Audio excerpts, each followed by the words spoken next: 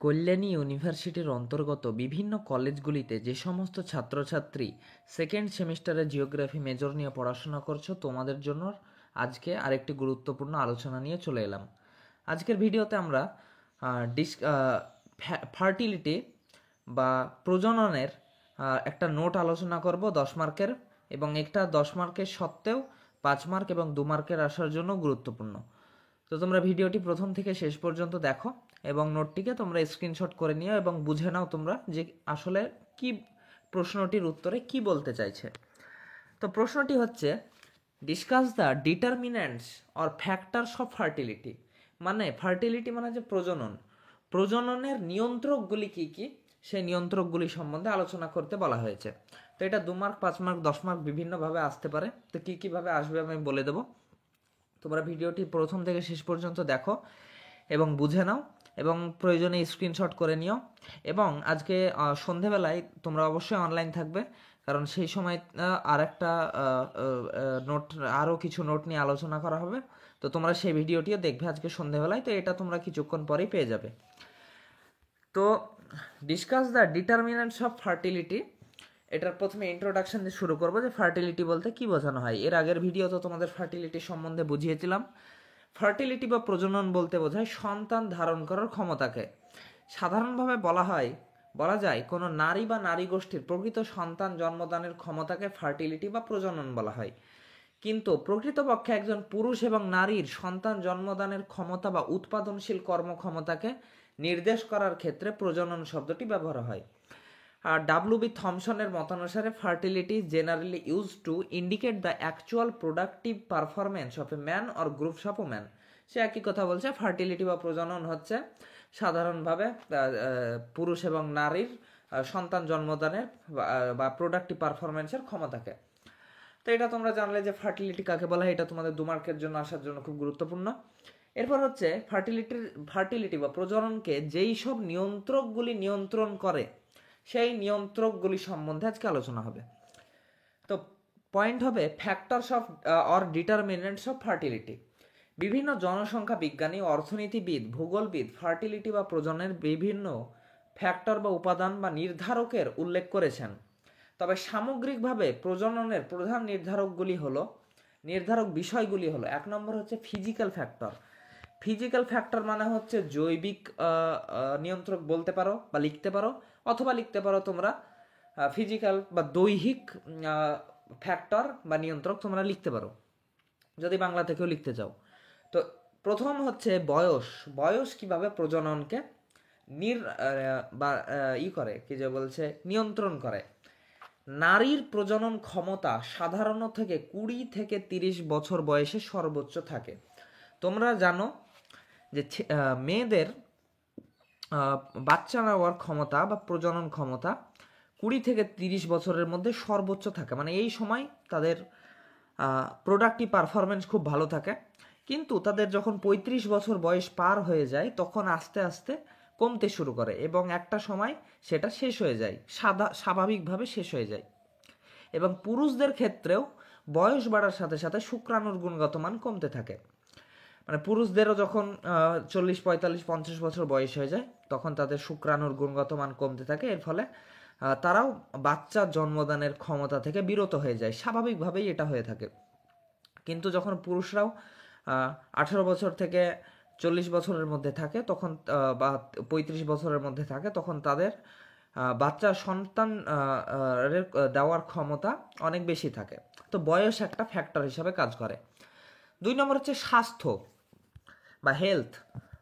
হরমোনের ভারসাম্য, প্রজনন অঙ্গের সুস্থতা এবং সামগ্রিক শারীরিক স্বাস্থ্য প্রজনন ক্ষমতার উপর প্রভাব ফেলে।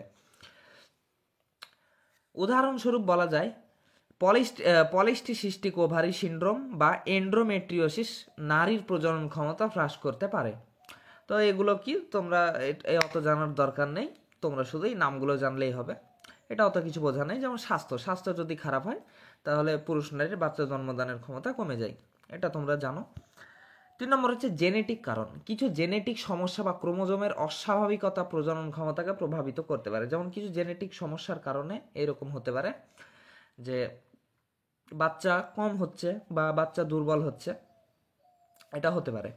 এরপর হচ্ছে জীবনধারা, ধূমপান বা স্মোকিং, অ্যালকোহল সেবন বা মদ্যপান, অতিরিক্ত ওজন বা কম ওজন এবং অতিরিক্ত মানসিক চাপ প্রজনন ক্ষমতা কমাতে পারে। এরপর হচ্ছে সোশিয়াল ফ্যাক্টর বা সামাজিক কারণ। সামাজিক কারণের মধ্যে প্রথম কারণ হচ্ছে বিবাহের বয়স। দেরিতে বিবাহ করলে প্রজননের সময়সীমা কমে যায়, যা সন্তান জন্মদানের হার কমিয়ে দেয়। যেমন কোনো মানুষ, কোনো ছেলে মেয়ে যদি 30 বছর বয়সে বিয়ে করে, তাহলে অবশ্যই তার সন্তান জন্মদানের সময় কমে যায়, কারণ সে 45 থেকে 50 বছর পর্যন্তই সন্তান জন্মদানে তার মানে ভূমিকা থাকে, কিন্তু আস্তে আস্তে সেটা কমে যায়। তাহলে বিবাহের বয়স একটা ফ্যাক্টর হিসেবে কাজ করে, সামাজিক ফ্যাক্টর হিসাবে। 2 নম্বর হচ্ছে শিক্ষা। শিক্ষা কিভাবে কাজ করে? উচ্চ শিক্ষিত নারীরা প্রায়শই কর্মজীবনের দিকে বেশি মনোযোগ দেন, ফলে তারা দেরিতে সন্তান নিতে পারেন বা কম সন্তান নিতে চান। যেমন বলা আসতে পারে যে কোনো মেয়ের যদি তাড়াতাড়ি বিয়ে হয়ে যায়, 18 বছর 20 বছরে বিয়ে হয়ে যায়, তাহলে তাদের বাচ্চা তা মানে অল্প বয়স থেকে শুরু হয়ে যায় বাচ্চা নেওয়া, যেটা অনেক দিন পর্যন্ত চলতে পারে, 35 বছর 40 বছর পর্যন্ত, তাহলে বাচ্চা বেশি হতে পারে। কিন্তু দেখা যায় উচ্চশিক্ষিত নারী যে শিক্ষার কারণে যারা পিএইচডি করছে, তার জন্য বিয়ে করেনি বা বাচ্চা নিবে না, তো সেই কারণে তার বয়স প্রায় 26-27 হয়ে যাচ্ছে, তাও বাচ্চা নিচ্ছে না, তাহলে বয়স বেড়ে যাচ্ছে। অথবা সে এমন একটা কাজ করছে যেখানে তার মনোযোগ বেশি দিতে হয়, এর ফলে সে বেশি সন্তান নিতে চায় না, কারণ বাচ্চা লালন পালন করতে তার সমস্যা হতে পারে বেশি হলে, সে কারণে বাচ্চা কম নিচ্ছে। এইটা একটা শিক্ষার কারণ হতে পারে সামাজিক কারণ হিসাবে। 3 নম্বর হচ্ছে পরিবার পরিকল্পনা। গর্ভনিরোধক পদ্ধতি ব্যবহার বা পরিবার পরিকল্পনা সম্পর্কে সচেতনতা প্রজনন হারকে প্রভাবিত করতে পারে। যেমন বিভিন্ন সরকারি ক্যাম্পেইন হয়, কম বাচ্চা নাও, দুটো নাও, একটা নাও, তো এরকম বিভিন্ন সামাজিক যেই মানুষকে জাগ্রত করার যে বিষয়টা থাকে, সেটা আহ, কম সেটা বাচ্চার জন্ম দেওয়ার বা প্রজননের হারকে প্রভাবিত করতে পারে। 3 নম্বর হচ্ছে ইকোনমিক্যাল ফ্যাক্টর বা অর্থনৈতিক কারণ। আয় ও জীবনযাত্রার মান। 1 নম্বর, আয় ও জীবনযাত্রার মান কিভাবে প্রজননকে প্রভাবিত করে। নিম্ন আয়ের পরিবারের সন্তান জন্মদানের হার অনেক বেশি হতে পারে। কি কারণে? যে এই বাড়িতে অল্প টাকা হবে, সেই পরিবারে কিসের জন্য বেশি সন্তান নেবে, এর একটা কারণ রয়েছে। যেমন পুরনো যুগে কি হতো, যেমন তোমাদের দাদা বা দাদির যুগে হতো যে গরিব মানুষ, সব তো আর বড় লোক না, তো গরিব মানুষের সংখ্যা বেশি, তো গরিব যারা ছিল তারা ভাবতো এটাই যে আমাদের যদি 5টা 6টা যদি ছেলে হয়, তাহলে তারা সবাই মিলে বেশি বেশি করে, সবাই মিলে যদি ইনকাম করে আনে বা টাকা ইনকাম করে আনে, তাহলে আমরা ভবিষ্যতে বা বুড়ো বয়সে আমাদেরকে কেউ না কেউ দেখবে এবং আমরা একটু ভালো জীবন পেতে পারি। তো এই কারণে গরিব বা নিম্ন আয়ের পরিবারের মানুষও বেশি সন্তান জন্মদান নিতে পারে। অবশ্যই এটা এখন অনেকটা কমে গেছে। আবার হ্যাঁ দেখো, কারণ সন্তানকে অর্থনৈতিক সম্পদ হিসাবে দেখা হয়, ছেলে সন্তানকে প্রকৃতভাবে অর্থনৈতিক সম্পদ হিসাবে দেখা হয়। অন্যদিকে উচ্চ আয়ের পরিবারে সন্তান লালন পালনের খরচের কারণে কম সন্তান নেওয়ার প্রবণতা থাকে।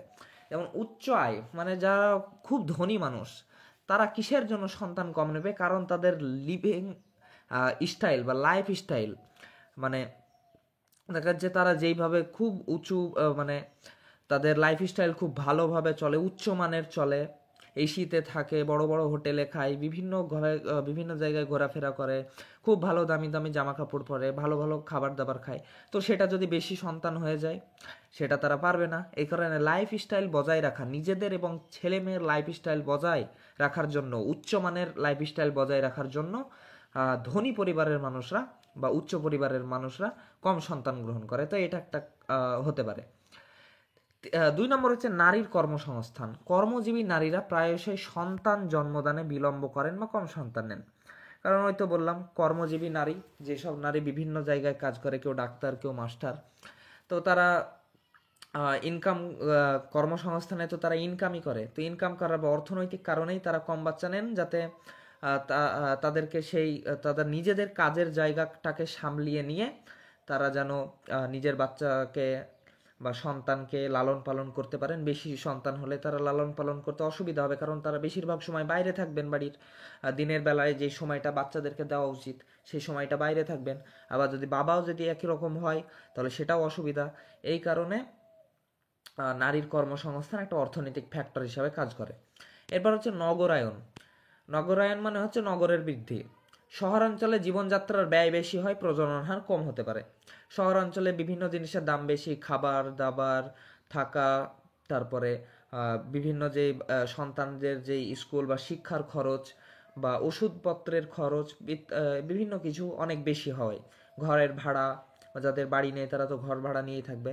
তো শহরাঞ্চলে এইসব জিনিসগুলো মানে জীবনযাত্রার ব্যয় বেশি হওয়ার কারণে সেখানে প্রজনন হার কমতে পারে, বা ছেলে বা নারী পুরুষ বাচ্চা কম নিতে পারে। এরপর হচ্ছে 4 নম্বর হচ্ছে cultural and religious factor. Cultural মানে হচ্ছে সাংস্কৃতিক, বা রিলিজিয়াস মানে হচ্ছে ধার্মিক। কিছু ধার্মিক কারণ বা সাংস্কৃতিক কারণ এই প্রজননের হারকে মানে বাচ্চা বেশিও হতে পারে বা কম হওয়ার পেছনেও কিছু কারণ রয়েছে। যেমন পারিবারিক মূল্যবোধ। কিছু সংস্কৃতিতে বড় পরিবারকে সম্মানের চোখে দেখা হয়, যা প্রজনন হার বাড়ায়। যেমন বিভিন্ন গোষ্ঠী, যেমন আফ্রিকার বিভিন্ন জায়গা বা এশিয়াতেও বিভিন্ন জায়গায় কারোর যদি 3টে 4টে ছেলে হয় বা 5টা ছেলে হয় বা বড় পরিবার হয়, তো তাদেরকে একটু উঁচু নজরে দেখা হয় বা তাদের একটা ভালো নজরে দেখা হয়। সেটা একটা কারণ হতে পারে, যেটা একটা কুপ্রথা, খুব একটা ভালো একটা জিনিস নয় এটা। তারপর হচ্ছে ধর্মীয় বিশ্বাস। কিছু ধর্ম গর্ভ নিরোধকে বা পরিবার পরিকল্পনার বিরোধিতা করে, যা প্রজননের হার বাড়াতে পারে।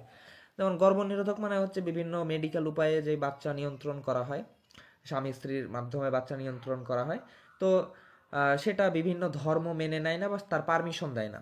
সেই কারণে বাচ্চা প্রজনন হার বাড়তে পারে, যে তোমরা বাচ্চাকে নিয়ন্ত্রণ করতে পারবে না, সেটা ভগবান আল্লাহর ইচ্ছা, তো সেটা তোমরা নিজেরা সেটাকে কমাতে পারবে না, তো তাই তোমরা সেটা করো না।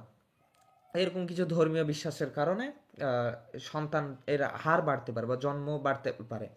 এবার হচ্ছে লিঙ্গ পছন্দ। লিঙ্গ পছন্দ এটা একটা খুব কুপ্রথা, যে ছেলের সন্তানের প্রতি পছন্দের কারণে কিছু পরিবারে বেশি সন্তান জন্মানো হয়।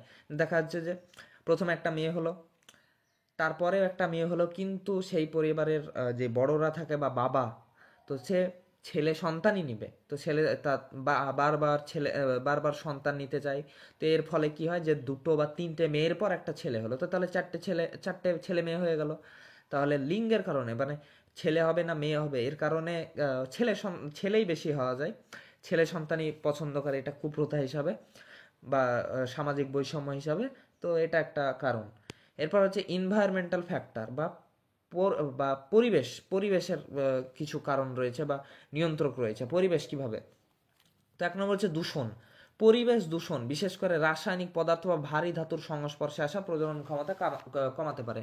কারণ বিভিন্ন ধোঁয়া, তারপরে হচ্ছে শব্দ দূষণ, বায়ু দূষণ ইত্যাদির কারণে বা জল দূষণের কারণে তো শরীরের অসুস্থতা হতে পারে, এবং অসুস্থতার কারণে পুরুষ নারীর প্রজনন ক্ষমতা কমতে পারে।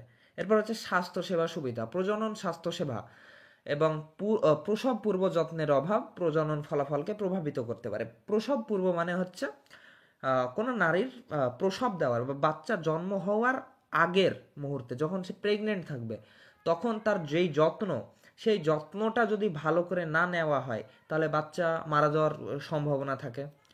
তো বাচ্চা মারা যাওয়ার সম্ভাবনা থাকলে সেটা প্রজননের হারকে বা প্রজননকে নিয়ন্ত্রণ করে।